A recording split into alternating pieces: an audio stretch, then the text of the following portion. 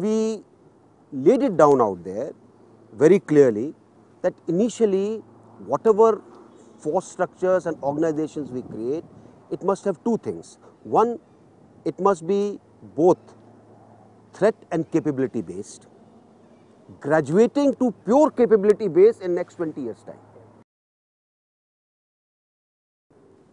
Under transformation of the army, a proposal.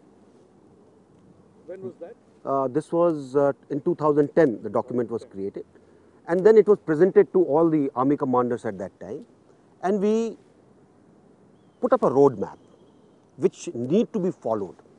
There were certain things which had to be done in terms of organizational changes, certain things in terms of force accretions, taking into account the overall threat scenario.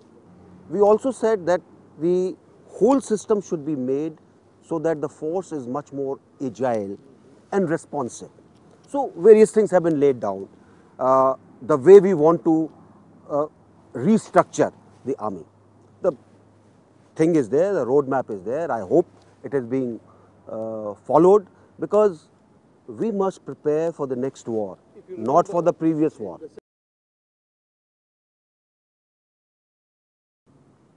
2010 we floated a proposal that we wanted, When you were the chief? that we wanted a territorial army battalion for cyber defense. Now somebody will say, why territorial army? Well, because if you want computer geeks who sit the whole night, they can't serve in the regular army. The chap has got long hair, he wears specs, he's sitting on his monitor for 18 hours a day. If you want to recruit a guy like this, he must be in some sort of a semi-structured organization, and therefore territorial army meets the requirement. That proposal has not seen the light of the day after it went to the MOD.